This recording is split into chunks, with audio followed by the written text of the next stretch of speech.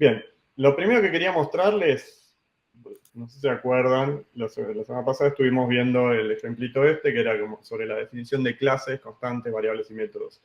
Me pareció que esto del attribute accessor no había quedado del todo claro, así que quería retomar muy brevemente esto para hacerles como una demostración y para a ver si se entiende un poco mejor eso.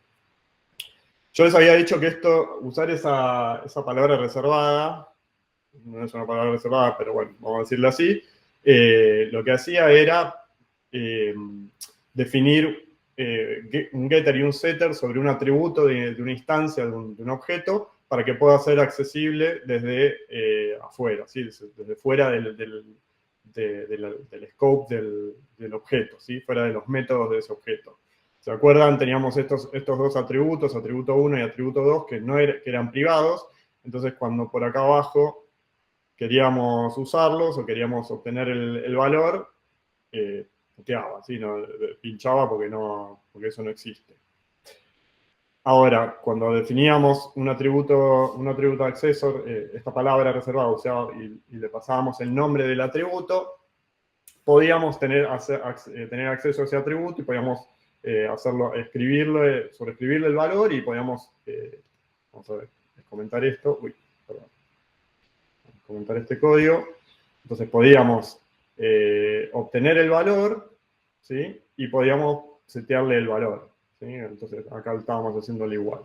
Bueno, ahora hacer eso, usar este attribute accessor es lo que se llama azúcar sintáctica, ¿sí? O sea, lo que hace es te evita un poco de trabajo y hace el código más legible, pero hay otra forma que es, digamos, la nativa de hacerlo esto, que es definiendo los métodos, el getter y el setter manualmente, ¿sí? Entonces yo acá definí otro, si se fijan acá yo me definí otro método, otro atributo, perdón, en el constructor le estoy seteando el valor, en el constructor le estoy poniendo un valor, un literal, ¿sí?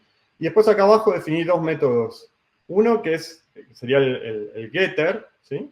Que es que simplemente se llama tal cual ese método, ese atributo, y lo que hace es devolver el valor, ¿sí? ¿Se acuerdan esto en Ruby? El return es opcional, entonces esto ponerlo así es lo mismo que poner return, ¿sí? Acá. Y lo voy a poner return para que quede más claro y evitar confusiones. Entonces, al llamar a este método, si venimos por acá abajo, estamos haciendo lo mismo, o sea, si se fijan es lo mismo, ¿sí? O sea, es la misma, pareciera la misma sintaxis, ¿sí? O sea, acá... Perdón, ¿puede Sí, ser que se haya congelado la pantalla o soy solo yo? Sí, nos está moviendo. Sí, está congelado. Sí. a ver, vamos a parar de compartir y vuelvo a compartir. A ver si ahora camina.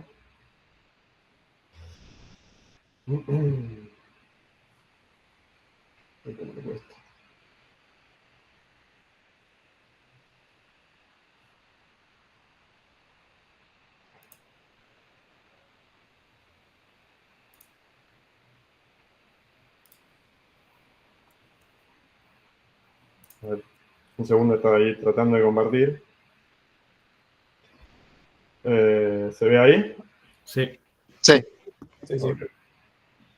Perfecto. Bueno. Sí, no sé hasta dónde llegaron a ver, ¿sí? O sea... No, se quedó arriba de todo. Llegamos a ver nomás el código de los getter y setter, ¿no? Ok, entonces yo les estaba mostrando acá el getter este, ¿sí? Que definíamos un método que se llama otro atributo público, se llama igual que el atributo, digamos, pero se podría llamar como yo quiera, digamos. No hace falta que se llame así, se puede llamar Sarasa, ¿sí? Solamente que uno, como es un getter, y para el getter y el setter usa los mismos nombres que la instancia, que el atributo de instancia, ¿sí?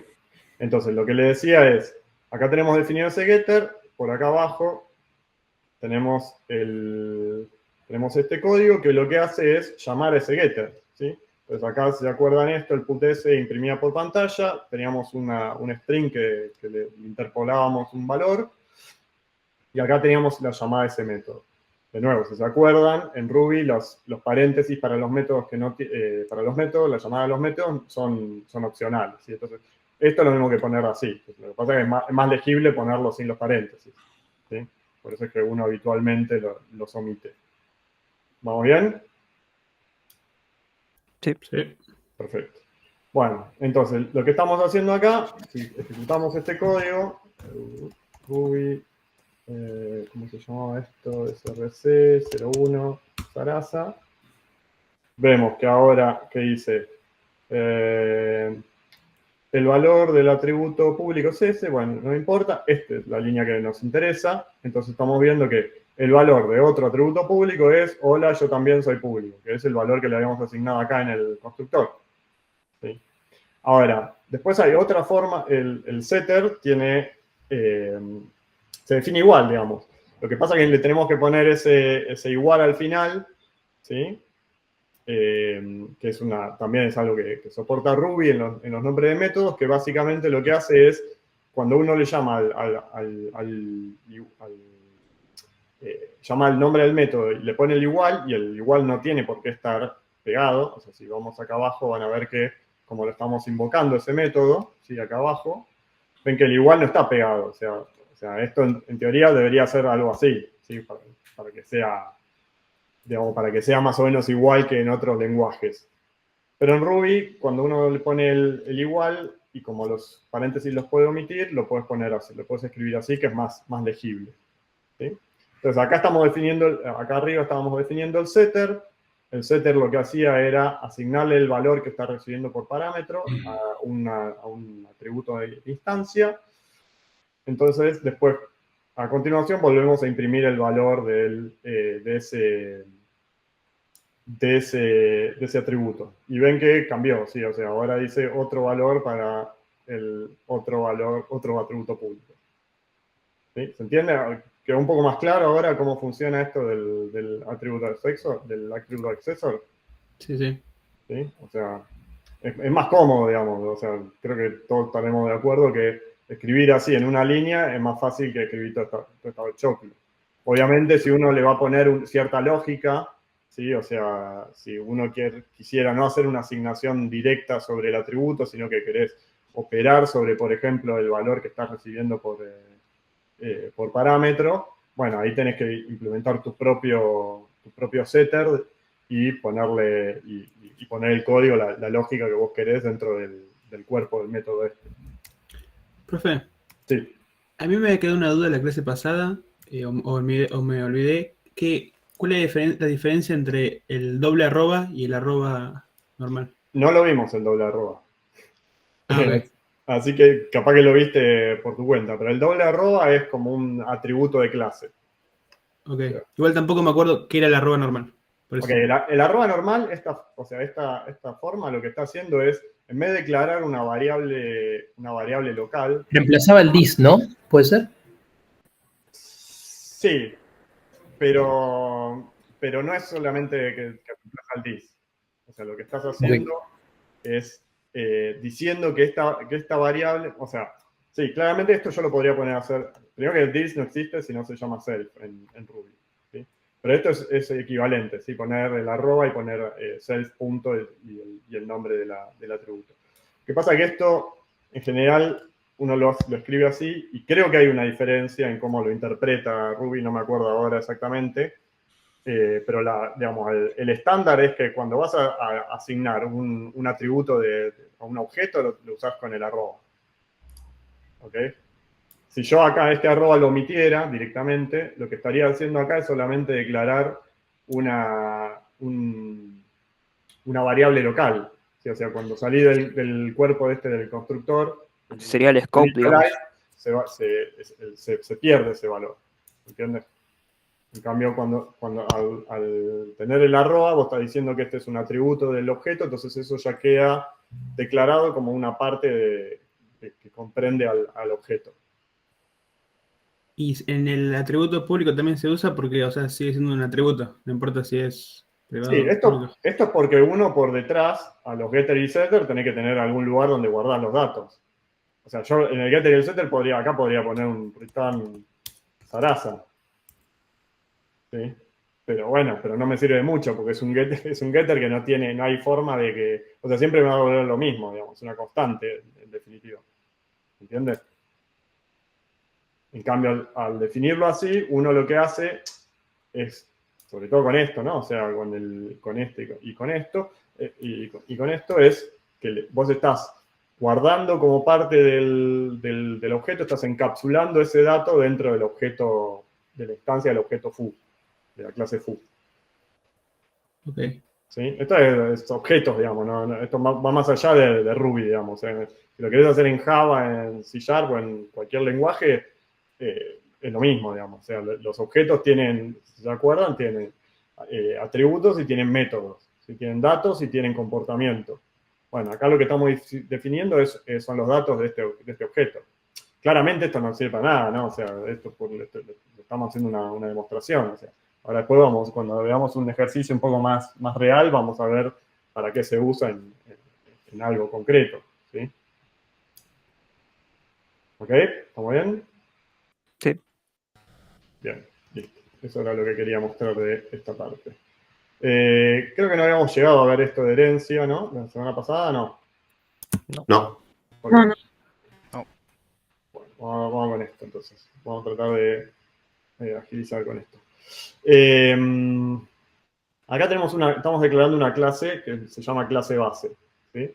Estamos declarando un atributo que se llama atributo. ¿Sí? En el constructor de la clase base estamos recibiendo un parámetro que se llama valor atributo y ese valor se lo asignamos a ese atributo de ese objeto. Y después tenemos algunos métodos definidos acá en base. Tenemos el método 0, que te imprime algo, tenemos el método 1, que te imprime algo, y tenemos las palabras estas protegidas, protected y private, ¿sí? Que son para, igual que en otros objetos, en otros lenguajes, perdón, para definir la visibilidad de los métodos, ¿sí? Hacia afuera. Bien. ¿Hasta acá estamos bien esta parte? Sí. Sí. Perfecto. Bueno, acá tenemos una subclase, y acá es donde empieza la sintaxis especial de Ruby, que lo que hacemos es, le ponemos el menor y le ponemos el nombre de la clase. Entonces, acá lo que estamos diciendo es que esta subclase hereda de base. ¿Sí? Es como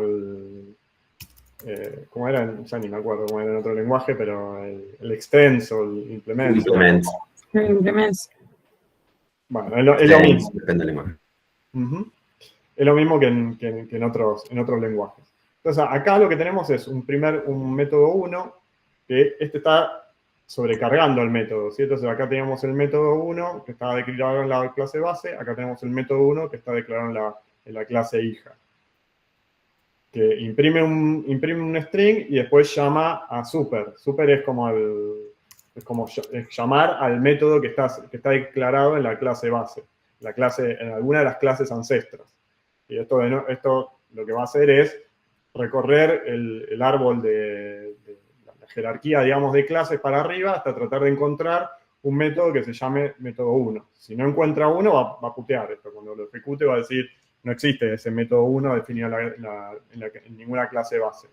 Y si lo encuentra, como es en este caso, va a ejecutar este método. ¿Sí? Después tenemos un método 2. Este método 2 no existe acá en la clase base, así que es un método específico de subclase. Y después tenemos un par de metoditos que, bueno, no me voy a meter ahora en eso. Ahora en un segundo lo vamos a recorrer. ¿Qué pasó? Bueno. ¿Vamos bien hasta ahí? Sí. Sí, sí. Muy bien. 2. Vamos a ver qué pasa con esto. Bueno. Cuando ejecutamos este programa, lo que hace es instancia un objeto de la clase subclase, le pasa un valor, un parámetro. Si ustedes se fijan acá, no tenemos definido un constructor, no tenemos un método initialize definido acá en la subclase, entonces lo que hizo fue llamar directamente a la clase base, al constructor de la clase base, y a este. Entonces el código que se está ejecutando efectivamente es este. ¿Sí? Es asignarle el valor que le pasamos como parámetro al atributo. Y acá lo ven, o sea, en este inspect, que si se acuerdan, el inspect lo que te servía era para ver el estado de un objeto, incluyendo su parte privada, digamos, sus atributos que son privados. me está mostrando que tiene hola mundo, que es el valor que yo le mandé acá. ¿Sí? Perdón, ¿podrías agrandar un poquito la letra? Sí. ¿Ahí? Sí, gracias. Por favor. Bueno. Entonces, ahí, hasta acá vamos bien. Bien, vamos a ver esta línea lo que hace. Lo que va a hacer acá es imprimir, va a decir el valor del atributo es, y va a llamar atributo. Ahora, ¿este atributo qué es?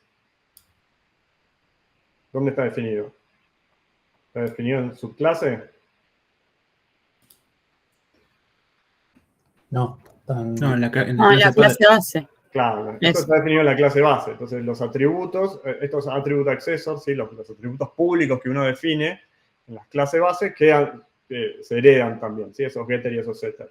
Por eso es que entonces yo puedo llamar acá, en la subclase, puedo llamar a ese getter. Entonces, si lo ejecuto, ven que me está devolviendo hola mundo, ¿sí? Que es lo que esperábamos. Bien. Y ahora, por último, vamos a ver qué hace esto. O sea, lo que estamos haciendo acá es llamar al método 0. El método 0 no está definido acá en la subclase, está definido en la clase base. Entonces, lo que esperamos es que imprima este valor, este string. Ejecutamos. Bien, todo funciona, el mundo sigue girando. Excelente. Bueno, ¿vamos bien hasta ahí? Si yo quería hacer una consulta con respecto a Ruby en sí, me llamó la atención que algunos métodos tienen caracteres especiales, como por ejemplo el signo de pregunta se usa mucho, y qué otros caracteres acepta, así como para tener más o menos grandes rasgos. Hay dos caracteres que son, o tres, digamos, que soporta, que son el signo de pregunta, como vos dijiste, el signo de exclamación, bueno, y el igual, que como habíamos mostrado en el otro ejemplo, ¿no? Para el setter, sí. Entonces, y estos, digamos, esos caracteres, digamos, no tienen, para el lenguaje en sí, no tienen ninguna connotación, digamos, ¿sí? O sea, uno le puede poner ese nombre y Ruby no lo va a interpretar distinto. Lo que tienen es una convención que es, claro, que cuando uno pone el signo de pregunta, lo que vos esperás es que llamar ese método no cambie para nada el estado del objeto sobre el que está llamando ese método, ¿sí? Se usa para, digamos, básicamente como... No sé sí, parte del nombre, digamos, convención. Sí, o sea, lo vamos a escribir acá un poquito para que se entienda. Vamos a ponerlo por acá, por ejemplo. Hola. Le pongo un parámetro. Acá, yo lo que esperaría es que como yo acá este método lo declaré con ese signo de interrogación al final, y siempre tiene que estar al final, ¿no? Creo que si lo ponemos después le pones un carácter acá, ves que putea. Si vos lo pones, si vos llamas a este método, vos esperás que no vaya a cambiar no vaya a cambiar el estado. O sea, todos los atributos, digamos, que son de este objeto no cambian. Y es una convención, como yo te decía. O sea, acá yo podría poner, no me acuerdo cómo se llamaba, atributo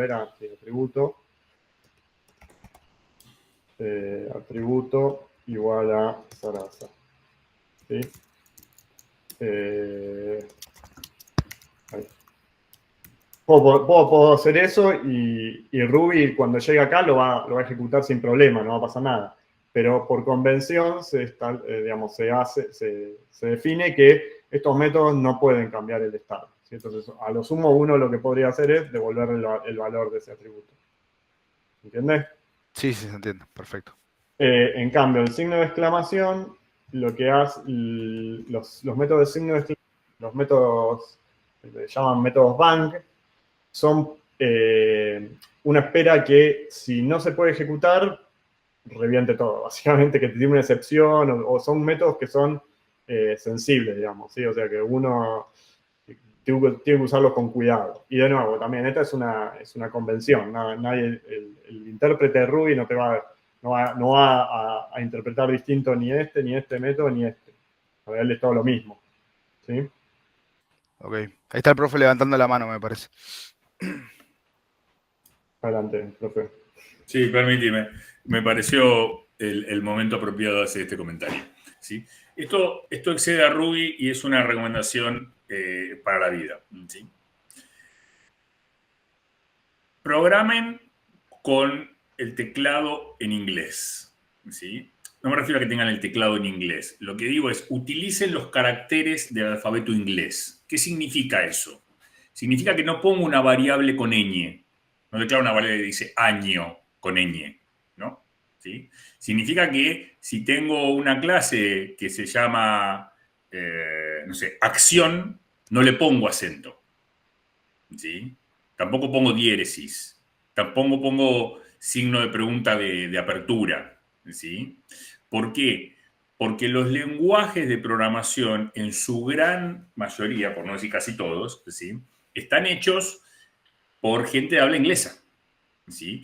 Y no siempre soportan bien los caracteres que no son de habla inglesa. ¿Sí? Ahora ya no pasa, pero en algunas versiones de Java vos ponías una variable con acento y explotaba todo. ¿Sí? Entonces, preventivamente, siempre la recomendación, eso sigue pasando en algunos lenguajes, ¿sí? Preventivamente la recomendación es no utilicen caracteres en castellano. Eso no implica que programen en inglés, ¿sí? Que digan customer, que digan product, no. Después vamos a ver un criterio para si programamos en inglés o en castellano, ¿sí? En general, no programen en inglés si no hablan buen inglés, porque van a hacer una cagada terrible, ¿no? Pero después lo hablaremos, ¿sí? Pero en principio, no utilicen los caracteres en inglés, ¿sí? Al margen de que Ruby o incluso Java tal vez te permiten poner acentos en las variables, no pongan acento en las variables, ni en los nombres de las clases, ni en los nombres de los métodos, ¿sí? Porque puede ser para problema eso, ¿sí? ¿Se entiende el punto? ¿Sí? Esto se extiende al sistema operativo, ¿sí? En los nombres de las carpetas y los directorios tampoco pongan esos caracteres. Tampoco utilicen espacios, no pongan el nombre de una carpeta con espacio. Eso es para problema, ¿sí? Entonces, cuando tengan que poner un nombre de carpetas y demás, todo de corrido, ¿sí? Tal vez nunca tuvieron problemas, pero si no siguen estas recomendaciones, en algún momento van a tener problemas. Eso solo. Listo. Perdón, Diego, la interrupción. No, por favor. Gracias. Bueno. Quedó claro entonces cómo es el tema de los signos de pregunta, de exclamación y toda la movida esa. Si tienen dudas, por la duda no lo usen y listo. O sea, pero capaz que si leen código o algo, por lo menos ya saben que eso a qué refiere. Bien. Ya les comentamos esta parte, entonces vamos a ejecutar el código. Vamos a ver si sigue funcionando. Listo.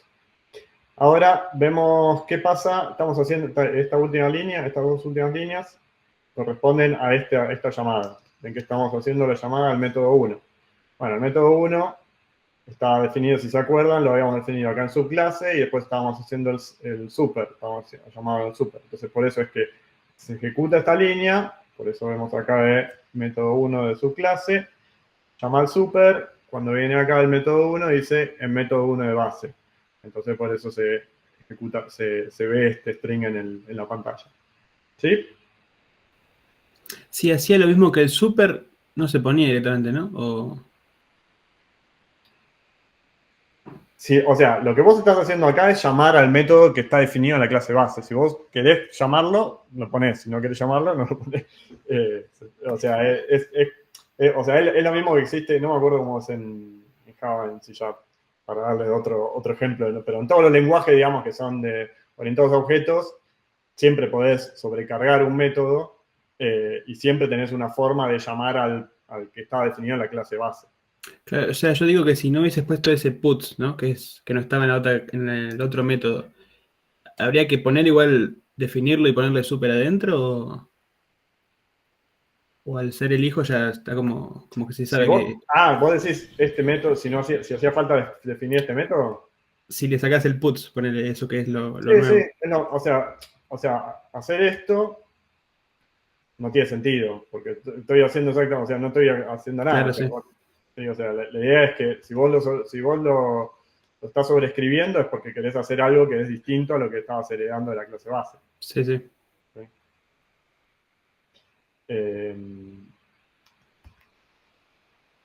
Bien. Vamos por ahí. Vamos con este ejemplo. Tenemos en la llamada al método 2. Bueno, se recuerdan que el método 2 estaba solo definido en la subclase, entonces lo que esperamos es que cuando lo ejecutamos acá, ejecuta el método 2 de subclase y no pasa nada porque no llama a la clase base para nada. ¿Sí? ¿Se entiende entonces cómo es la herencia? Una cosa que es importante, que es diferente a otros lenguajes, de tipado estático en particular, es que si ustedes se acuerdan, por ejemplo en Java o en C#, cuando vos sobrecargas un método, la firma de ese método, o sea, los parámetros que estás recibiendo dentro de ese método, para ese método, influyen en si estás sobrecargando el método o estás declarando uno nuevo. ¿Sí? O sea, en C#, por ejemplo, si yo acá agarrara y pusiera método 1 y acá el método 1 recibe un parámetro, no sé, parámetro 1, llamar a este método sería distinto de llamar a método 1. ¿Sí? Porque acá el de la clase base no está recibiendo ningún parámetro y acá sí. O si acá, por ejemplo, tuviera un parámetro 0, pero este parámetro es distinto, este es un string y este es un integer, cuando se compilan como dos métodos distintos. ¿Sí? ¿Estamos de acuerdo en eso? En otros lenguajes estoy hablando, no estoy hablando de Ruby. Sí, sí. ¿Sí? ¿Lo vieron eso alguna vez? Sí, en Java. Ok, bueno, en Ruby no existe eso. En Ruby, si uno definís la definición de los métodos es por nombre. Entonces, si acá yo tengo el método 1 que recibe un parámetro y acá tengo este método 1 que no recibe nada o recibe 2, es lo mismo. Acá estamos sobrecargando el objeto, el método este. Entonces yo no puedo llamar, o sea, por ejemplo, no va a pasar no va a pasar que si yo hago así y hago así, que llame a los dos métodos distintos. ¿Sí? O sea, de hecho podemos probarlo. ¿Qué pasa cuando hago así? Explota, porque me dice, vos le estás pasando un método, un parámetro y esperaba 2 en esta llamada. ¿Por qué? Porque acá, cuando definimos en subclase, lo definimos con dos parámetros. ¿Sí? O sea, Ruby no entiende que vos en este de acá abajo, lo que querías era llamar al método de la clase base. O sea, siempre llama al último método que esté con ese nombre en la escala de herencia, digamos. ¿Sí? ¿Se entiende? Esto es algo que es distinto a otros lenguajes y que se lo pueden topar y que no va a funcionar. Bueno, vamos rápido con esto último. Entonces tenemos los métodos protegidos versus los métodos privados. Entonces acá tenemos un metodito en subclase que se llama llamar método protegido de este objeto. Entonces si venimos acá, esto yo no sé si vale la pena entrar, pero bueno, acá tenemos un método que se llama método protegido. ¿Sí? Esto está declarado en la clase base. ¿Sí? Que lo que va a imprimir es el método protegido. Bien. Y acá en la subclase estamos llamando a ese método. ¿Sí? Estamos llamando a método protegido. Si quisiéramos llamar a método protegido desde afuera, obviamente no tenemos visibilidad y explotaría. Eso funciona igual que en cualquier otro lenguaje. ¿Sí? Si uno declara un método protegido privado en Java y lo querés llamar desde fuera del scope del objeto, va a explotar porque va a decir que no tenés acceso a ese método. Bueno, acá es lo mismo, pero como es protegido, yo lo estoy heredando. ¿Sí? Lo puedo usar. Entonces, acá hacemos vamos a ejecutarlo. ¿Qué pasó acá? Rompí algo que... Esto tengo que borrar. Borramos esto. Bien. Ejecutamos. Bueno, entonces lo que pasó acá, vamos abajo para que sigamos viendo qué es cada cosa. Dice, llamando al método protegido de self. Esto donde lo imprimió. Todo esto viene de acá, de este primero, ¿sí? Entonces venimos acá. Entonces, Esto es porque se está ejecutando este método, imprime eso, después llama al método protegido, ese método protegido está declarado en la clase base, vamos a la clase base y ahí dice método protegido, entonces eso es lo que imprimió. Bien. Ahora, el protected tiene la diferencia que tiene con otros lenguajes es que no quiere decir que solamente que los que lo heredan son los que lo pueden llamar, como por ejemplo en C#, no me acuerdo si en Java es así, sino que lo que dice es que vos podés llamar a ese objeto desde otro objeto, otra instancia de ese objeto. Y acá esto lo voy a pasar rápido porque esto es algo del lenguaje muy específico, la verdad que no tiene mucho sentido. Pero básicamente tenemos otro método acá definido que se llaman parecidos pero son distintos. Ven que dice de este objeto y este se llama de otro objeto. Y ahí le estoy pasando otro objeto de esa misma clase, de esa subclase. Entonces lo que estamos demostrando acá con esto es que podemos llamar desde un objeto de esta clase, llamar a métodos que son protegidos en otros objetos que sean de la misma clase. Es medio un trabalengua, esto creo que no lo van a usar nunca, así que no sé si lo entendieron bien y si no, no se preocupen que no hace falta. Esto lo tendría que sacar de esto. Bien, y después vamos a hacer este último, que si lo queremos llamar directamente al método protegido, ven que explota porque dice que es un método protegido. ¿Sí? O sea, acá me está mostrando este error cuando se ejecuta esta línea. ¿Sí? ¿Quedó claro? Por último, tenemos los métodos privados. Entonces, los métodos privados también podemos llamarlos los de la clase base. ¿Sí? No hay problema eso. Los métodos privados también se heredan y se pueden llamar directamente. Lo que no podemos hacer es esto, de llamar desde un objeto de esa clase a otro objeto de esa clase, no podemos invocarlo. Entonces acá si lo ejecutamos así, bueno, esto va a pinchar. Porque estábamos haciendo eso. ¿Sí? O sea, al otro objeto le estábamos llamando acá. Nada, esta última parte, nada. Después, si quieren, mírenlo en detalle, lo googlean un poco si les interesa, pero la verdad que no tiene demasiada aplicación práctica. ¿Sí? No sé, en general, los ejercicios que le vamos a dar, ninguno van a necesitar nada de esto. Bien, vamos a pasar a lo siguiente, así avanzamos. Las estructuras de control. Sí, ¿hay una pregunta? Yo te quería consultar, porque ahora que estaba viendo el código, normalmente en otros tipos de lenguaje, hay como una parte específica de main que carga, donde vos ahí probás tu método y todo lo que vos quieras. Estás viendo que en tus clases no tenés como un bloque, sino que vos directamente abajo de las definiciones estás escribiendo líneas de código para que interprete. ¿Es normal eso o...? No es para nada. Buena pregunta. No es normal. Es solamente lo estoy mostrando así para simplificarlo esto.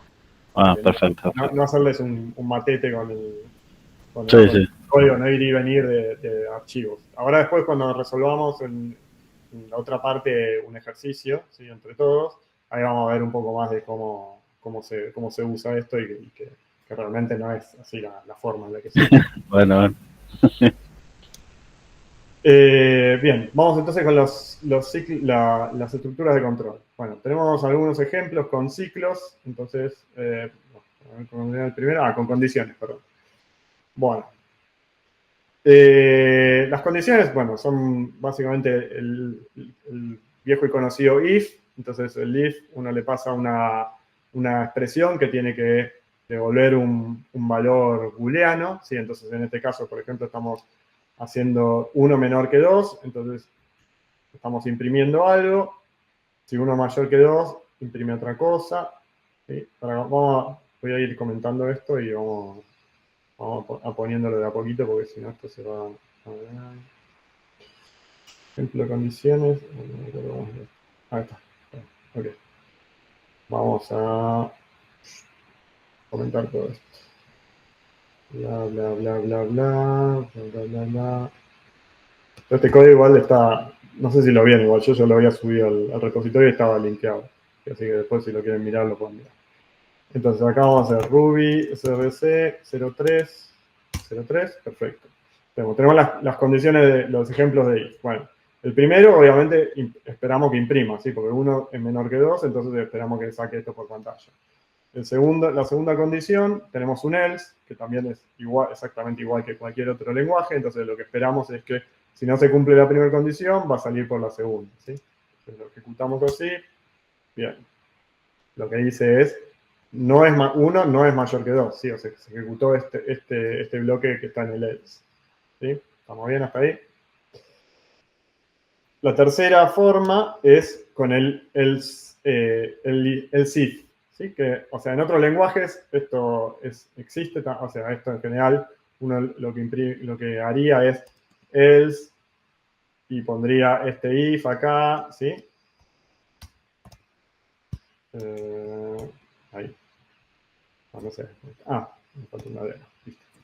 Entonces, lo que está haciendo acá es, evalúa esta condición, si no, va por esta, y acá ejecuta de nuevo, evalúa esta condición, y si no, va por esta, ¿sí? Todo este bloque, de nuevo, es como medio azúcar sintáctico, lo podemos definir más fácil así. Entonces, lo que hace es, evalúa esta condición, si es true, entra por acá, si no, evalúa esta condición, 1 menor que 2, si es true, entra por acá, y si no, entra por acá. Uno puede tener tanto si else if como quiera, ¿sí? No si else. O sea, else obviamente puede tener uno solo. ¿Es correcto tener muchos else if? Más allá del lenguaje, ¿sí? O sea, puedo tener if, else if, else if, else if, else if, else if, else. No. Si están anidados, no. O sea, funcionar va a funcionar. Ahora, el código ese es una mugre. Espero que estemos todos de acuerdo con eso, ¿sí? O sea, uno espera que las condiciones sean pocas para que sea legible el código, ¿sí? Y si no, hay que buscarle la forma para hacerlo más legible. Bueno, entonces vamos a hacer acá, lo ejecutamos el ejemplito, y bueno, tenemos que, lo que está diciendo es, este último es 1 es menor que 2, es porque entró por acá, ¿sí? Porque esta condición en el else if era true, entonces entró por acá. Bien, operadores lógicos. Tenemos el AND y el OR, ¿sí? Esto funciona igual que en cualquier otro lenguaje, ¿sí? Esto lo que estamos haciendo es evaluando si esta parte de la condición y esta parte de la condición son true, entonces si se da, imprime esto, y esto lo que está haciendo es evaluando esta parte de la condición o esta parte de la condición, si eso es true, si todo eso es true, imprime esto. ¿Sí? Esto de nuevo, ¿no? Uno podría ponerlo así con paréntesis para que sea más claro, ¿sí? No, en los paréntesis, de nuevo, en esta parte no son obligatorios, pero bueno, capaz que a ustedes les va a ayudar para que sea más legible. Entonces ahí vemos que imprimió 1 es menor que 2 y 2 es menor que 3, ¿sí? Entonces entró por acá y el otro también entró por acá, dice 1 es menor que 2 o 2 es mayor que 3. ¿Sí? Claramente esta última condición no se cumple, pero entró por esta, para imprimir este string. Bien. Y por último, creo que tenemos un par más. Tenemos el unless. El unless es una forma de imprimir, es como invertir la condición, ¿sí? O sea, el poner el unless es lo mismo que poner un if con una negación, ¿sí? Pero lo hace más legible, supuestamente. ¿Sí? Se los cuento nada más que para que sepan que existe. Pero bueno, lo que hace es, a menos que 1 sea mayor que 2, hacer esto. ¿Sí? Así es como se lee. ¿Sí? Entonces lo imprimimos y dice 1 no es mayor que 2 porque claramente 1 es menor que 2. Bien, ahora con el case. Este es un poco más útil, así que nos vamos a tener un cachito. El case es el switch en otros lenguajes, ¿sí? Entonces uno evalúa una condición acá, le pones case, cuál es la condición, y después le pones cada uno de los valores posibles que puede tener. Entonces, si 5 es 1, entonces va a imprimir esto, va a entrar a este bloque. Si 5 es 2, va a estar si es 3 acá, y el else se va a ejecutar en cualquier otro caso. ¿Sí? El else, en este caso, es como la palabra default en Java o en C#. Obviamente uno no evalúa así, ¿no? O sea, este es un ejemplo súper básico. O sea, acá ya sabemos qué es lo que se va a ejecutar. sino que uno en general evalúa, acá pone el valor de una variable, y vos te fijás a ver qué valor tenía esa variable, y dependiendo de eso ejecutás, ¿sí? La diferencia que tiene con otros lenguajes es que no hay que poner los break. ¿Sí? O sea, si ustedes en la mayoría de los otros lenguajes, después de cada when no le ponen el break, sigue ejecutando esta opción, sigue ejecutando esta. Bueno, acá no, acá ejecuta solo, evalúa esto y ejecuta solo el bloque que esté definido dentro del when. ¿Sí? Vamos a correrlo. Bien, listo. Acá entró por eso otro, porque claramente 5 no es ni 1, ni 2, ni 3. ¿Sí? No booleanos. Bueno, estos se los cuento más que nada porque es probable que se topen con esto resolviendo los ejercicios. No es porque esté bien que los usen, ¿sí? O sea, esto es medio parecido a como pasa en C, por ejemplo, que uno puede poner condiciones sobre valor, sobre integer, por ejemplo, ¿sí? Que no son booleanos. Entonces, en Ruby también existe eso. Entonces, acá en este caso, por ejemplo, hoy es 0, va a ser algo, si no, va a imprimir otra cosa. Esto es porque el 0, Ruby lo toma como un valor falso, ¿sí? Es un falsi, ¿sí? Y cualquier otro valor que no sea 0 lo toma como un verdadero, ¿sí? Entonces acá el 1 va a entrar por acá, ¿sí? Vamos a comentar un poco y todo esto lo vamos viendo de poquito, para que se entienda.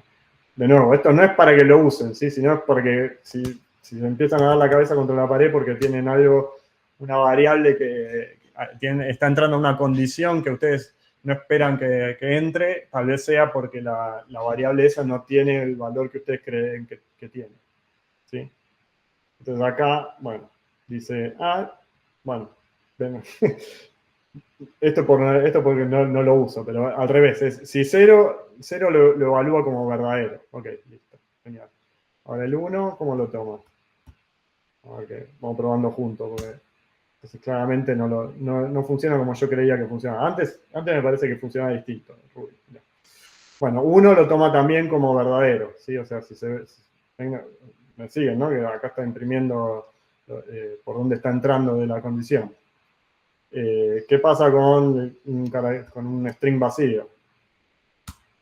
Un string vacío también te lo toma como verdadero. ¿Sí? Bien, pero ven que, o sea, en ningún momento me tiene un error, ¿sí? O sea, yo puedo preguntar por variables y por literales que no son booleanos, ¿sí? Entonces, por eso tengan cuidado con esto. Hola también, el string hola también es verdadero. Ahora, el nil que es el valor, es el null, ¿sí? En otros lenguajes, lo toma como falso. Entonces, si tienen nil, va a devolver falso. Lo voy a interpretar como un falso. ¿Ok? ¿Entiende eso? Sí. Bueno, vamos a comentar esta parte ahora. Y vamos a comentar los ciclos. Bueno, tenemos un par de formas de evaluar los ciclos. Creo que hay más. Me parece que no había puesto todas, pero con esta ya van a tener como para divertirse. La primera es con for, y esto es una construcción que se llama un rango, ¿sí? En Ruby. Entonces, acá lo que le estamos diciendo son los números enteros entre 1 y 5. ¿Sí? Estos dos puntos que están acá, dos puntos, punto, lo que están haciendo es definiendo un rango entre el número y el número este. Entonces, si ejecutamos esto, vamos a ver que el for lo que hizo es recibir, o sea, se entiende que este i es la variable a la que se asignan los valores sobre los que va ciclando, ¿sí? Entonces este for lo que va a hacer es ejecutarse una vez por cada valor, por cada entero dentro de ese rango. Entonces va a ser entre el 1 y el 5, va a tomar valores, la variable i va a tomar el valor de ese entero, y bueno, lo que se ejecuta es este putS, entonces por eso es que acá vemos que imprimió del 1 al 5 los números. ¿Sí? ¿Se entiende eso? En Python también es así el for, ¿no? Me parece. Yo Python no conozco nada, así que no te puedo decir. En estos lenguajes tenés formas de definir rangos. Python es uno de ellos. Bien, seguimos con un array. Acá lo que estamos haciendo es ciclando sobre los valores de un array. Acá tenemos un array que son enteros también. Acá no tienen por qué ser todos enteros, ¿no? Acá podría tener una A, un carácter. Y si lo ejecuto, ven que imprimió del 6 al 10, incluyendo esa A, ¿sí? Es porque le fue asignando a esa variable I, le fue asignando el valor de cada elemento de ese array. ¿Sí? Después tenemos el each. El each, hay un módulo en Ruby que se llama enumerable, que es el que implementa, es como una interfaz, vamos a decirle, que es la que implementan todos los objetos que uno puede enumerar, ¿sí? Y uno de los métodos que ejecuta es que implementa ese módulo que hay que implementar para implementar ese módulo, o esa interfaz, es este método each. Entonces lo que hace each es te devuelve va ciclando sobre cada uno de los elementos de esa colección, ¿sí?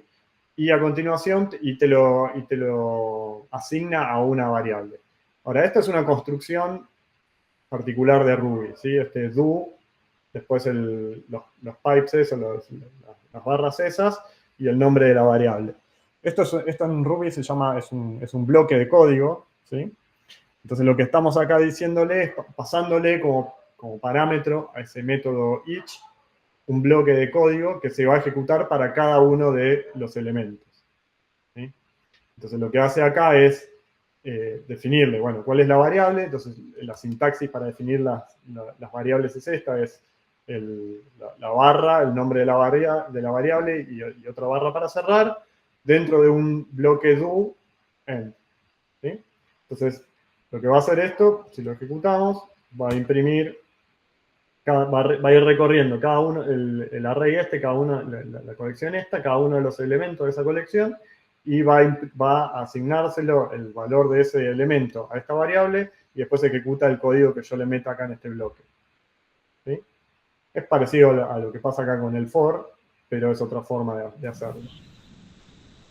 ¿Tuplas y diccionarios también se puede?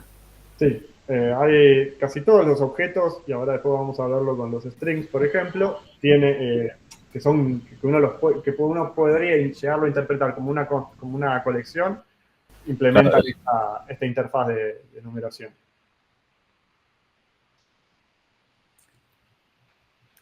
¿Sí? ¿Vamos bien? Perdón, quisiera hacer un comentario ahí de eso. Vale. Mucho cuidado con usar tuplas y diccionarios. Mucho cuidado. Porque son cosas que casi nunca hay que usar. ¿Sí?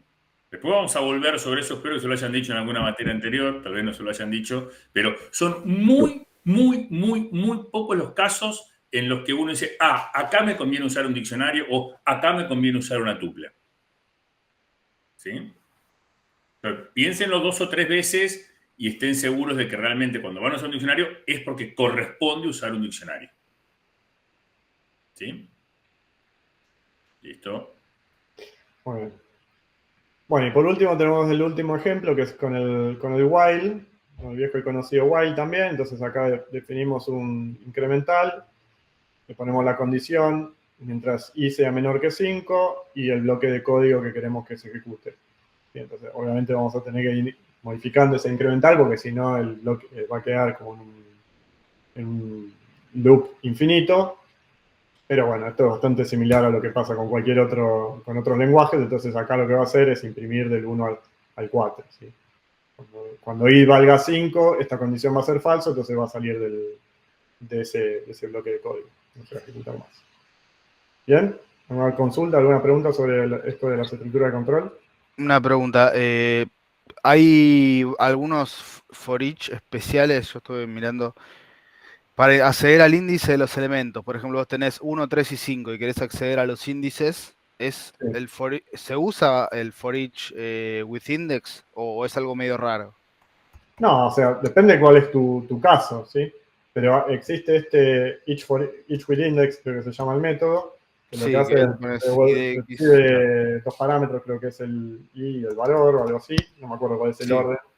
Pero básicamente lo que hace es asignarle a la primera variable cuál es el índice dentro de la colección. Entonces acá Cuando sea A va a ser 0, 1, 2, 3, 4, y valor le va a asignar el valor del elemento en sí. Entonces va a ser A, B, C, D. Esto, bueno, depende de tu caso y para qué lo estás usando, para qué estás usando estás haciendo esa llamada, ese método, ¿sí? Lo que te evita esto es tener que tener, por ejemplo, un incremental, Sí. o sea, no sé, un cont, ¿sí? Que entonces acá tenés que ir haciendo cont más 1, ¿sí?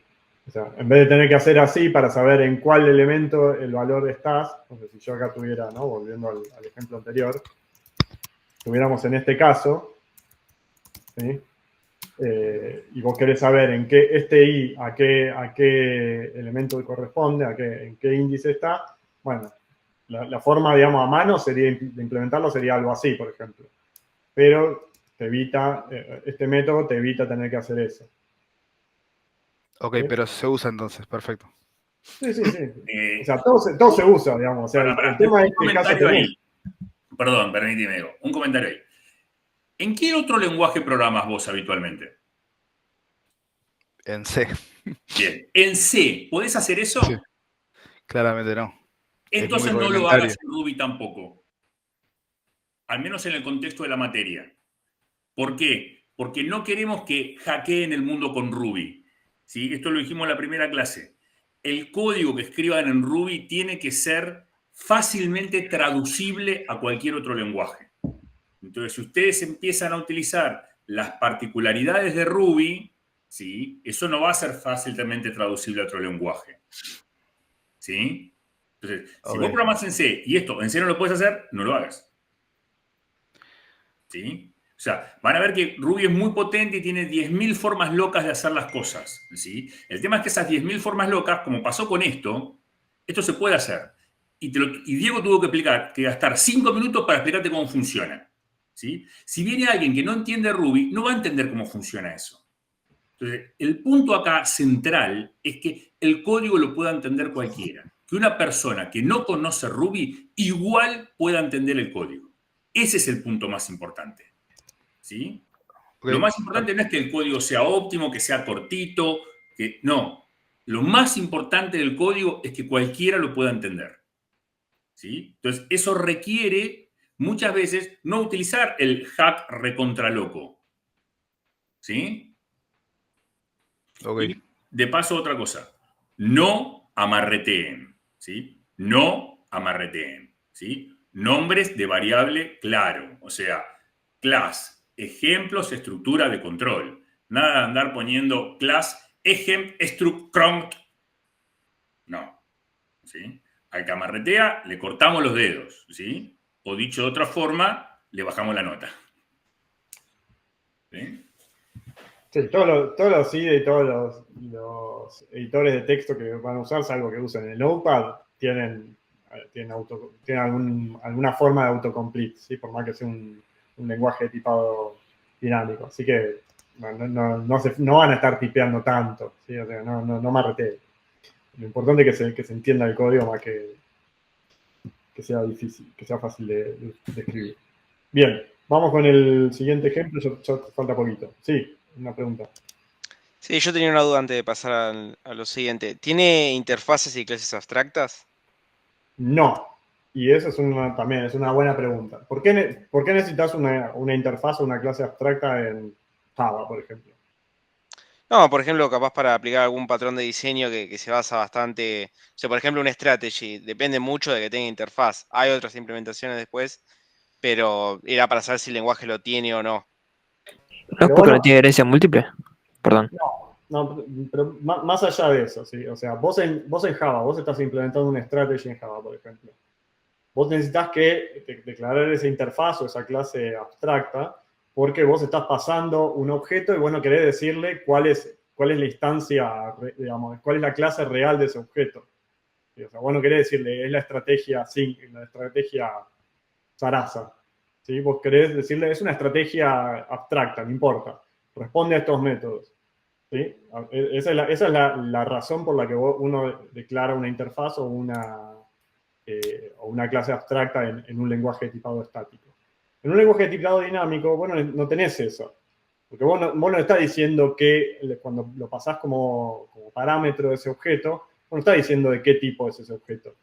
¿Sí? A vos lo que te interesa es si responde a los métodos, y cuando yo llame al método ejecutar estrategia, ¿funciona? Listo, ya está, no importa. ¿Sí? Entonces, salvo que, bueno, tengas una implementación específica, o sea, tengas una clase abstracta porque estás implementando algo que podés evitar duplicar el código o algo por el estilo, pero en general no es así. ¿Sí?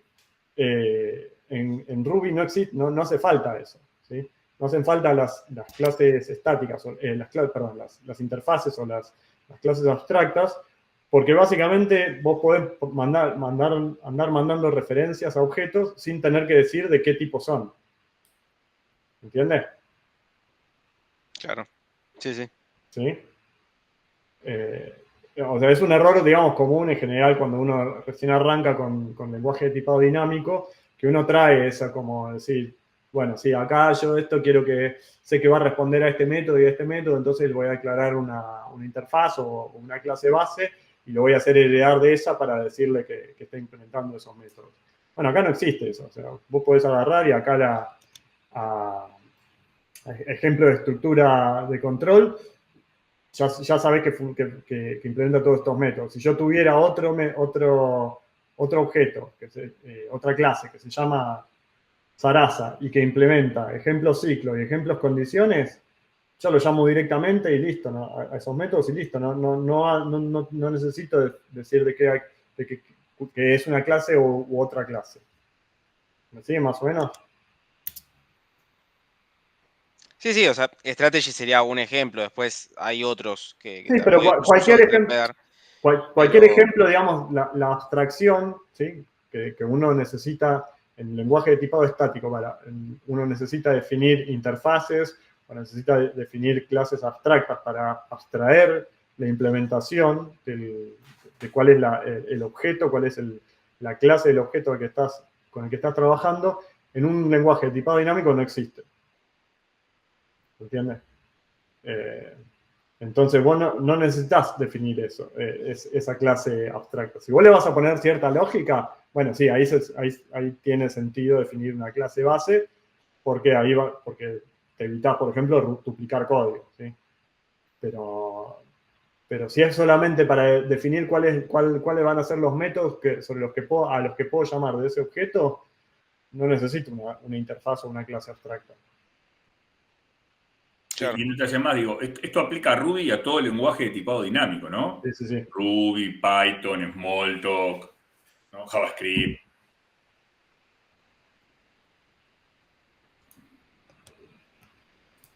Bien.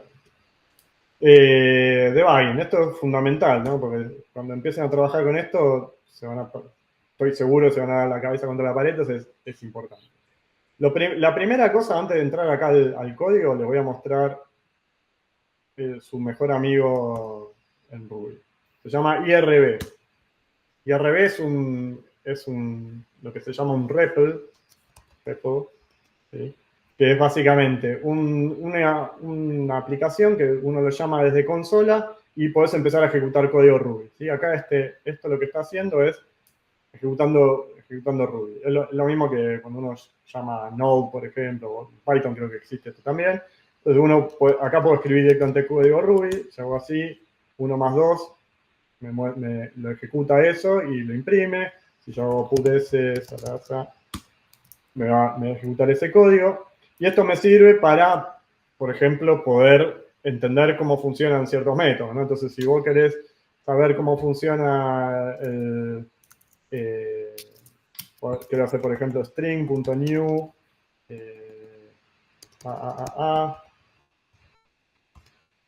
¿sí? Entonces ahí instancié un objeto de la clase string. Si yo quiero hacer un strip, quiero saber qué hace el strip, entonces el método strip lo que hace es sacarte todos los espacios en blanco que tengas adelante y atrás.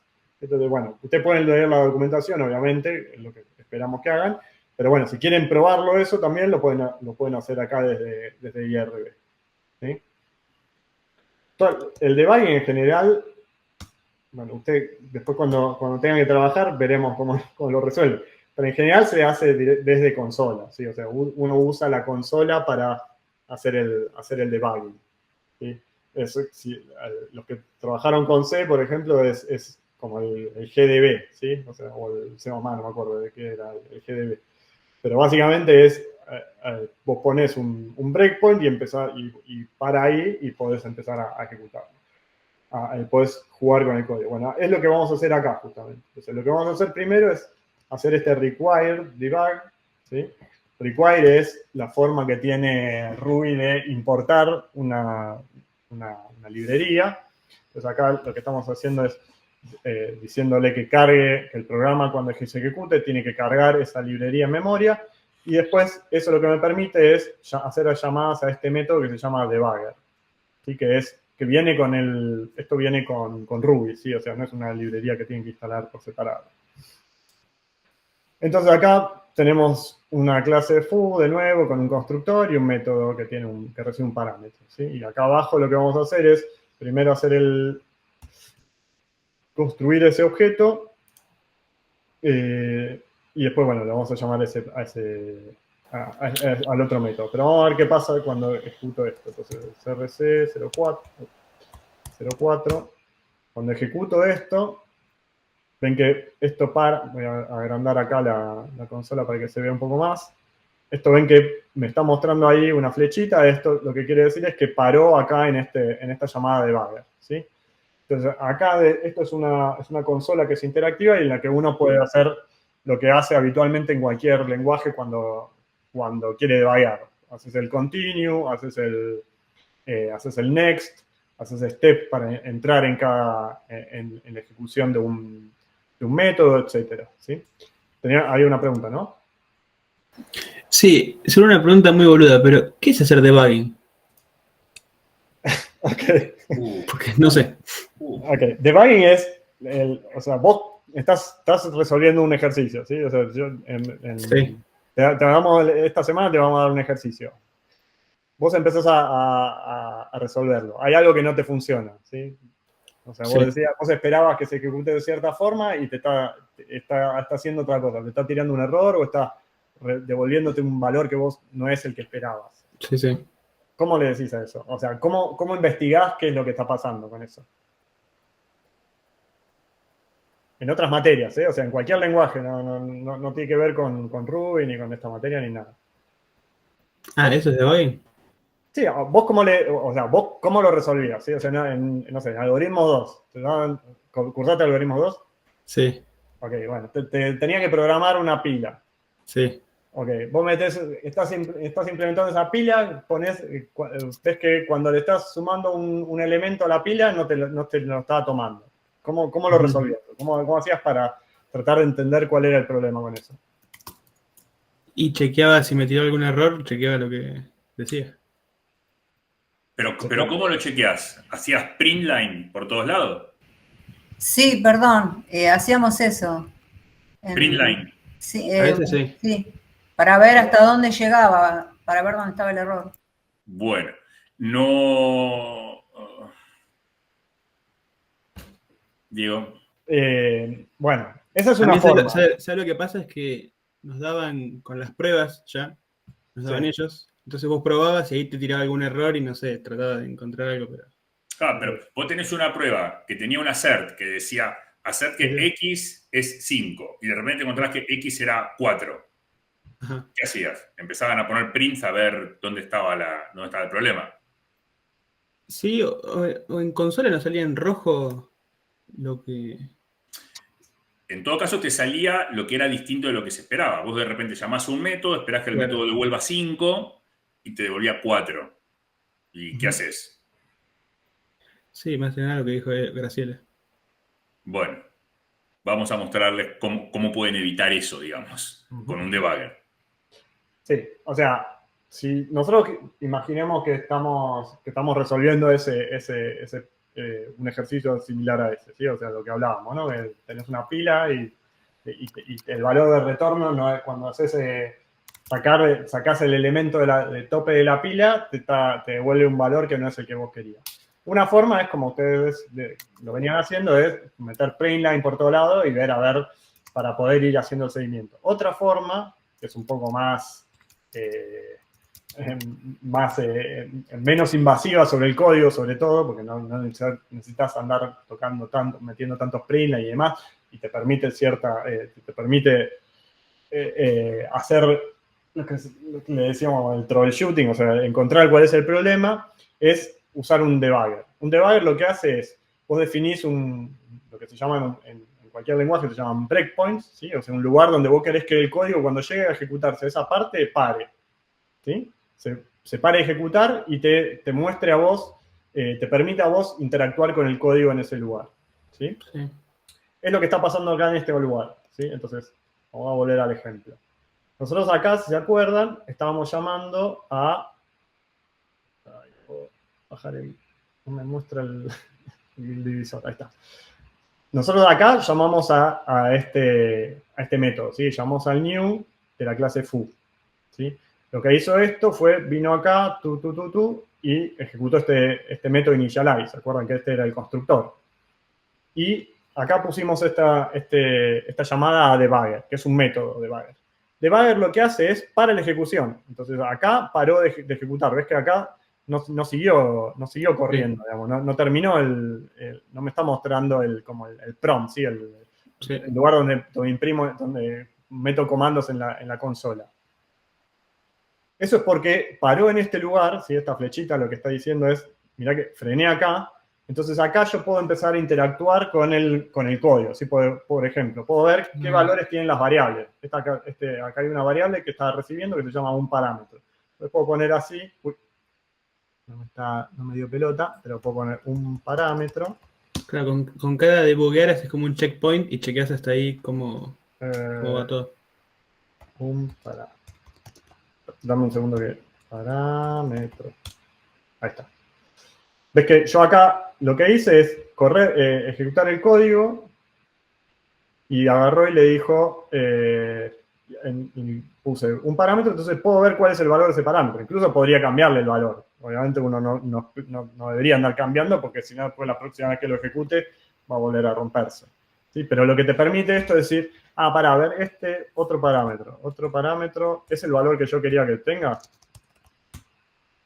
Es un array que es 1, 2, 3. O sea, si se fijan acá arriba, es lo que estábamos haciendo. ¿Sí? Estamos pasando el segundo parámetro que le estábamos pasando era 0, la punta. Perdón. El segundo valor que le estábamos... Bueno, no me hago... le estamos pasando era un array. ¿Sí? Entonces, uno de esta forma lo que puede hacer es parar la ejecución, ver si está haciendo lo que vos querés, y después tiene un montón de comandos que son esos continue, next, eso que yo lo que decía era que te permiten poder continuar con la ejecución del programa, que son, creo que si le ponemos el signo de interrogación, te imprime cuáles son todas las cosas, todos los métodos que podés llamar. Claro. ¿Sí?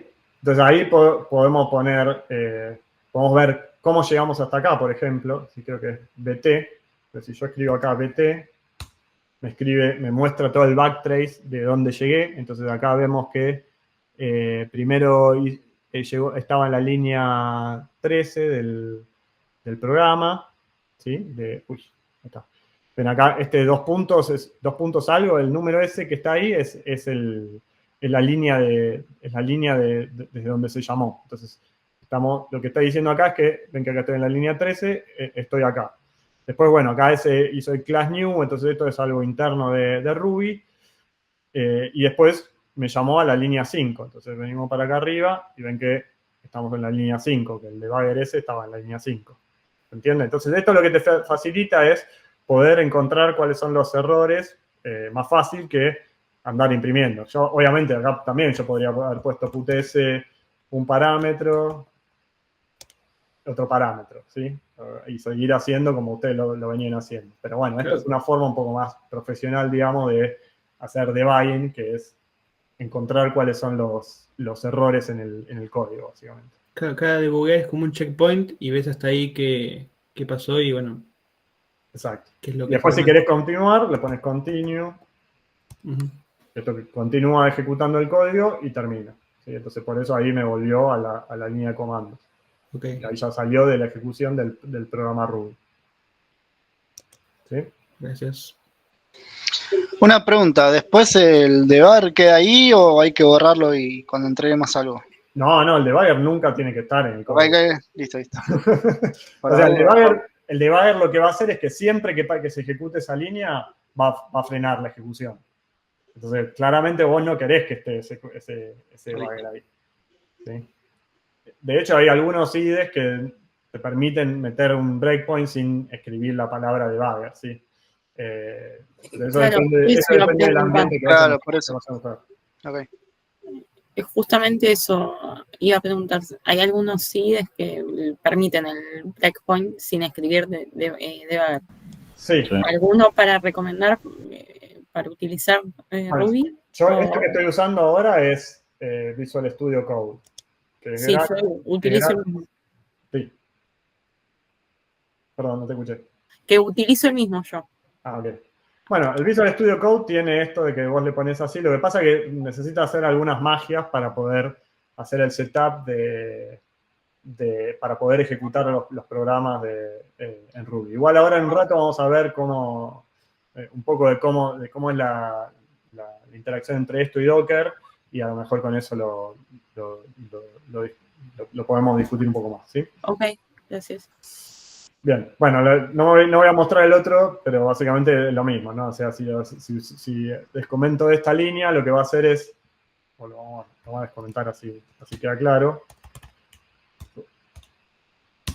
Lo ejecuto, frenó en la misma línea, le damos el continue y ahora frenó en el otro método. Si le doy ahora a continuar, terminó la ejecución. ¿Sí? Eso frenó 2 veces porque hay 2 debugger. La primera vez no había frenado en el segundo porque no estaba haciendo la llamada de este método.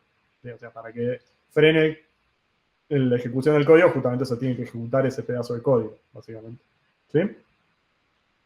Bien. O sea, si hubiera llamado a método cuando frenaron el primero, no te lo hubiera tomado. Sí, lo que pasa es que, vos decís, o sea... Porque el primero llegó hasta el constructor, digo, no. Yo desde acá, yo puedo llamar a método. Y eso lo que va a hacer, o sea, como hacer un debugger dentro de un debugger es como medio... Sí, por eso. Es curiosidad más que nada, pero sí. Sí, es como medio loco, ¿no? Pero bueno, sí. Te hace cosas raras, digamos, básicamente. Por eso te imprime acá una cosa ahí que no sabes por qué lo hace. Y la idea es que el llamar debugger dentro de otro debugger va a traer problemas, básicamente. Así que traten de evitarlo. Bien. Última cosa. Unit testing. Para esto, ¿cuántos hicieron? Bueno, antes nombraron que habían trabajado en Algoritmos 2, habían usado test. ¿Todos pasaron por esa experiencia? ¿Todos saben lo que son las pruebas unitarias? Sí. Sí. Excelente. Bueno, es un alivio. Oh, cambiamos la pregunta. ¿Alguien no lo sabe? Ok. Bueno. Bien. Lo que vamos a ver acá es cómo escribimos pruebas unitarias en Ruby. ¿Sí? En Ruby hay varios, igual que en otros lenguajes, digamos, hay varias librerías que uno puede utilizar para escribir las pruebas, ¿sí? Tanto unitarias como de integración y demás. Nosotros en particular vamos a usar una herramienta que se llama RSpec, ¿sí? Y ahora después, cuando hagamos la resolución del ejercicio, vamos a ver un poco más. Pero básicamente lo que en este ejemplito lo que vamos a hacer es, estamos definiendo una clase que se llama número con un attribute reader. Esto no lo expliqué, no importa. Esto básicamente, el attribute reader es igual que el attribute accessor, pero solamente declara el getter, no declara el setter. Entonces yo desde afuera no puedo setearle el valor al atributo de valor, ¿sí? Pero si estás implementando un objeto que se llama número, capaz que te interesa no encapsular eso y ese comportamiento y no permitir que te lo cambien desde afuera. Entonces acá, por ejemplo, tenemos una clase, un método, perdón, que se llama sumar, que recibe otro número por parámetro, y lo que va a hacer es, bueno, va a sumar el valor del self, digamos, ¿sí? El valor que uno le había pasado por parámetro en el constructor, le va a sumar el valor del otro número, va a generar un resultado que va a ser un entero, y lo que va a devolver va a ser una nueva instancia de número que es con el valor del resultado. ¿Se entiende más o menos cómo funciona? Si no, ¿alguien no entendió cómo es esto? Ok. Bueno, entonces lo que queremos hacer es probar este método, ¿sí? O sea, acá no estamos haciendo TD, tiro nombres raros. Entonces lo que queremos es probar cómo funciona esto. Entonces, tenemos una primera prueba que lo que va a hacer es probar que el valor que yo le paso por parámetro al constructor es el que le asigna a ese atributo valor, ¿sí? Entonces, olvídense de todo lo que está acá por acá abajo, no le vamos a dar pelota. Entonces construimos un objetito, número, ¿sí? Le pasamos el valor 10 y después ponemos el assert, ¿sí? La expectativa, para verificar que el comportamiento es el esperado. Entonces, chequeamos. Lo que acá está pasando es, estamos llamando al método expect, le decimos el valor el objeto que yo te estoy pasando por parámetro acá, quiero que sea igual a este.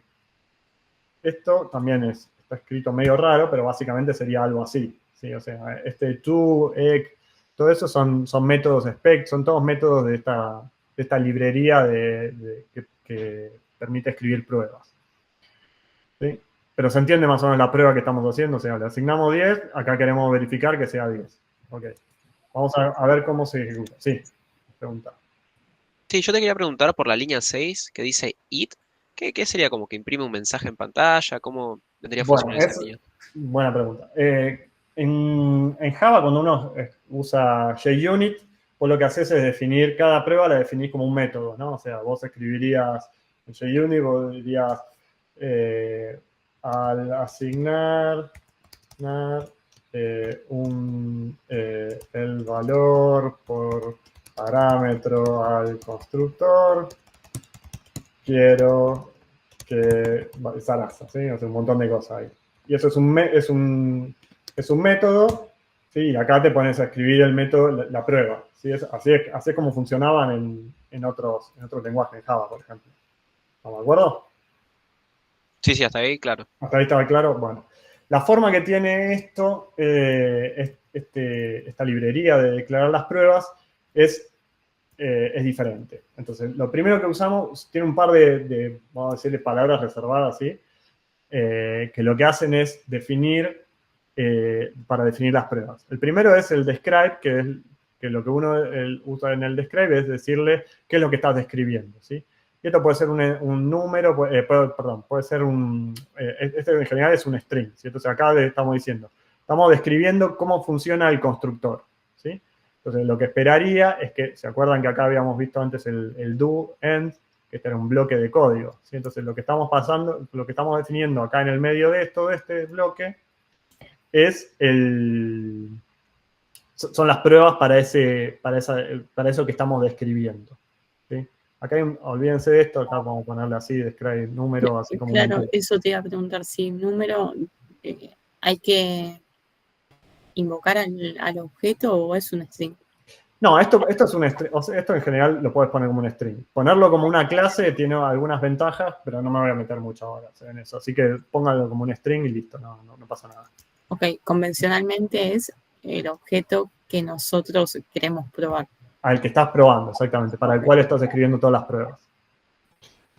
Entonces, Entonces tenemos el describe, acá dentro de este bloque, como decía, vamos a probar, esto es todo convención, ¿sí? O sea, podríamos poner todas las pruebas así tiradas, todas una tras de otra, pero esto lo hace más legible, ¿sí? O sea, al poner este describe así constructor, yo ya sé que en este bloque todas las pruebas están chequeando que el constructor funcione bien, ¿sí? Este it, lo que hace, el método it es para definir la prueba, ¿sí? O sea, es básicamente cuál es este es el método que se ejecuta cuando corres la prueba. Entonces, paren, que vamos a comentar cosas acá. Esto lo voy a sacar. En este caso, el describe y el it funcionan igual, ¿no? O sea, no es como que... No. Ahora te voy a mostrar por qué. Ahora vamos a ver spec. Esto es test 05. Pum. Bueno, ahí se ejecutó la prueba, ¿sí? O sea, acá ven que está imprimiendo por pantalla en verdecito porque está pasando la prueba y está diciendo que ejecutó un ejemplo y que no hubo ninguna falla. Si hubiera alguna falla, después vamos a ver cómo las imprime por pantalla. Este ejemplo que ejecutó es este, ¿sí? O sea, lo que hizo este it, lo que hizo RSpec cuando lo corrí, es ejecutar esto como si fuera una prueba. Entonces, si yo acá abajo ven que tenemos otros bloques it que están definidos, ¿sí? Esos están también definiendo pruebas, ¿sí? Y ahora vamos a ver cómo funcionan esas otras pruebas. Pero la idea básicamente es que cada vez que quieren escribir una prueba, van a poner it, y después le van a poner un string que va a ser el nombre, o sea, qué es lo que están probando, ¿sí? Entonces yo acá puse, debería inicializar el valor correctamente. ¿Y por qué está bueno que el nombre sea bien explícito? Vamos a ponerlo así para que falle. Y vamos a volver a correr esto. Y vamos a hacerlo así para que falle. Acá ven que falló. O sea, acá lo vemos en rojito, ¿sí? Entonces vamos a ver paso a paso qué es lo que muestra acá por pantalla. Dice, hubo un solo fallo, ¿sí? Un ejemplo y un fallo. O sea, el único test que corrió falló. Y lo que dice es, esperaba que sea un valor 11 y el valor que obtuvo en realidad es un 10. ¿Sí? Por lo que veíamos acá. O sea, yo acá lo cambié para que falle. Y vemos acá que lo que yo puse acá como parámetro, acá, ¿sí? de nombre de esa prueba, me la imprime acá. Entonces dice, número constructor debería inicializar el valor correctamente. En realidad lo que está haciendo es concatenando, ¿sí? Entonces pone número, porque yo lo puse acá en el describe, pone constructor, porque yo acá lo puse en el describe, y después me imprime cuál es el nombre del test.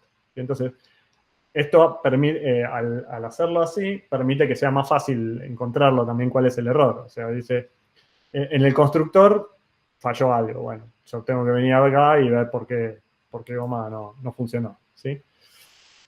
Pero siempre te lo va a imprimir así. Entonces, por eso es que cuando escribe acá el nombre de la prueba, la tiene que hacer lo más claro posible, ¿sí? Porque después cuando vos lo ves por salida de pantalla y ves que falló, es más fácil entender de dónde puede venir el problema. ¿Sí? Joya. Yo te pregunto otra cosa más, pero no más que nada con funcionalidad, sino con cómo hacer bien las pruebas, ¿no? Viste que siempre retorna algo los métodos. Me conviene que haga las pruebas siempre en base a, por ejemplo, un getter, o que, por ejemplo, yo tengo, no sé, un método cualquiera que hace una función X y después no debería, pero retorna algo, ¿sí? O sea, porque siempre retornan algo. ¿Tengo que hacerlas en base a eso o puedo hacerlo en base a las dos? Bueno, es una buena pregunta. En realidad, supuestamente no debería modificar código para las pruebas, ¿sí? O sea, el código que vos escribís debería ser por lo menos de mi visión, debería ser, o sea, no tendrías que agregarle cosas para poder probarlo en general, ¿sí?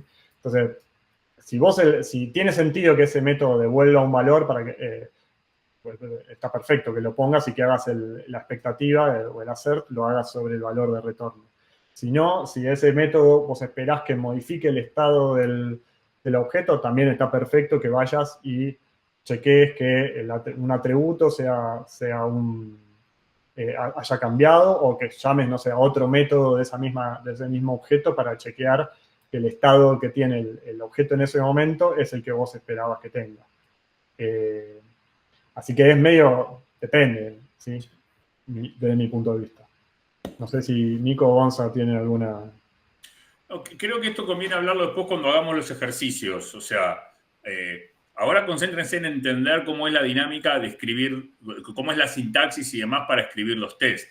Después vamos a hacer un ejercicio y ahí se van a dar un montón de situaciones como justamente ver estas cuestiones que son más de diseño en un punto. Dale, perfecto. Igual creo que respondiste bastante bien porque o sea, entiendo que tiene que ir más para el tema del getter, más que tal vez de un return de algún método. Pero Es que depende que sea el método. O sea, si el método vos esperás que esté, no sé, estamos probando acá, por ejemplo, ¿no? El sumar. Vos esperás que si sumo un número con otro, el valor que te retorne sea el resultado. Porque tiene sentido hacer el hacer sobre el valor de retorno. De entrada, uno no testea los getters y los setters. ¿Sí? Entonces, hay un tema con eso. Digo, uno no testea los getters y los setters. ok. Gracias. Bien.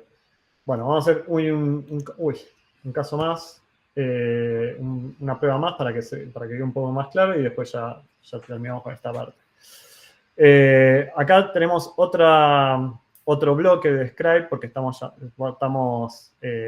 escribir pruebas sobre el método sumar, que es el que habíamos visto antes.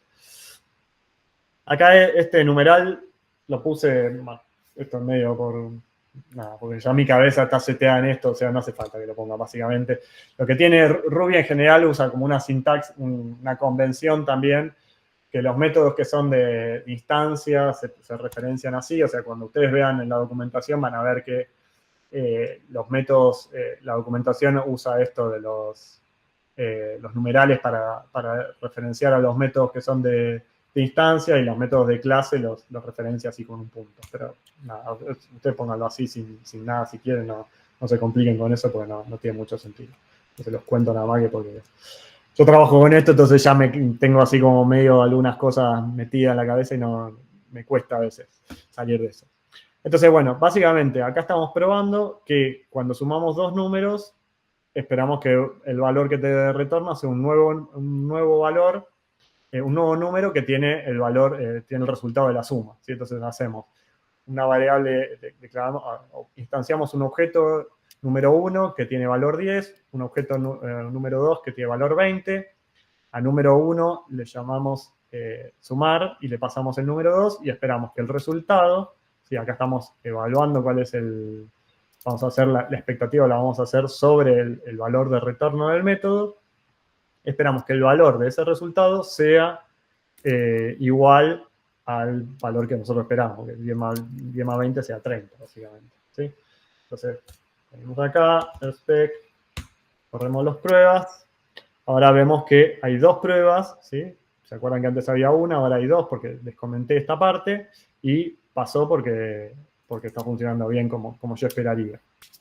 Uno también podría escribir otra prueba acá, por ejemplo, diciendo yo quiero asegurarme que el método, que el objeto sobre el que estoy llamando de sumar no me la está cambiando, ¿sí? Entonces, no debería cambiar el valor del self, por ejemplo.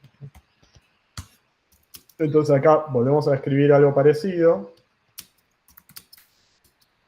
¿Sí? Acá el resultado no me interesa, ¿sí? Pero lo que queremos verificar es que el spec sería que número 1.valor to equal 10. ¿Sí? Entonces lo que queremos asegurarnos es que este objeto sobre el que llamé el método, al que le mandé el mensaje sumar, no cambió ese valor. Esto porque son objetos que están implementando un patrón de inmutabilidad, ¿sí? O sea, se supone que los números no van a cambiar, ¿sí? ¿Sí? Todas las operaciones en esta implementación por lo menos van a generar nuevos objetos con el valor nuevo, con el resultado. Entonces lo podemos ejecutar, perfecto, funcionó. Bueno, y así podríamos escribir más pruebas, tenemos el restar también con algunas pruebas, pero bueno, no nos vamos a meter ahora en esto porque después vamos a hacer un ejercicio y no nos vamos a poner a resolver esto. Una pregunta. Sí. El RSpec acá lo usamos para correr las pruebas, ¿no? ¿Y el rake para qué era? Porque el rake es lo que te permite definir tareas. No sé por qué lo estás preguntando, si viste algo del repositorio base. Le habían mandado a ustedes varios videos de Ruby explicando, y en el primero o el segundo creo que usaba algo con Rake, pero me quedé con eso porque me terminé ahí lo que vi. Bueno, el rake es como es el equivalente al make en otros contextos. Básicamente lo que te permite es, vos definís como tareas, ¿sí? Y vos cuando ejecutás cuando vos haces el make, por ejemplo, vos ejecutás una tarea. Esa tarea puede ser compilación en general o correr las pruebas. Bueno, en Ruby nosotros el rake lo vamos a usar para que en vez de tener que escribir, imagínense que esta es una aplicación muy sencilla que tiene un solo archivo de pruebas, pero imagínense que tengamos una aplicación que tiene, no sé, 10 clases. Esas 10 clases obviamente tienen 10 archivitos donde uno definió las pruebas. Entonces, para ejecutar a mano cada una de esas pruebas es medio un pelotazo. Entonces, el rake lo que te permite es decir, bueno, correme todas las pruebas que están definidas para este proyecto. Entonces, lo que va a hacer es recorrer el directorio buscando todos los archivos de pruebas y los va a ejecutar. Para eso, bueno, ahora vamos a contar después cómo tiene que tener hay que seguir ciertas convenciones. Okay. ¿Quería decir algo, Nico? No. Listo. Pensé que estaba. O sea, el rake también lo vamos a usar para otras cosas y ahora después vamos a ver también, hay algunas otras tareas que son parte de la ejecución de las aplicaciones, pero bueno, ahora después lo vamos a charlar más en detalle. Gonzalo, sí. Para adelantar algo brevemente, Rake utiliza un archivo que se llama Rakefile y ejecuta todo lo que ya había ahí. No metamos en detalle ahora. No nos metamos en detalle ahora. Pues se van a perder. Durante 4 semanas no tienen que tocar Rake. Nunca van a tener que tocar el Rakefile. Así que no regulemos con el nivel de detalle que nos metemos porque los vamos a perder. Bien, eso era todo de la demo. No sé si a alguien le quedó alguna consulta. Si no, pasamos a lo siguiente. ¿Se entendió algo? Del 1 al 10, un 8, un 7, algo que les quedó. 20. Después de esto, obviamente cuando empiecen a pelearse con esto, se van a topar con un montón de cosas. La idea era hacerle una muy breve así repaso. Tampoco sirve esto, o sea, no es que con esto ya aprendieron Ruby, ¿sí? La idea era mostrarle así básicamente muy por arriba para que cuando vayan a leer cosas y ver videos y demás, tengan cierto contexto, básicamente.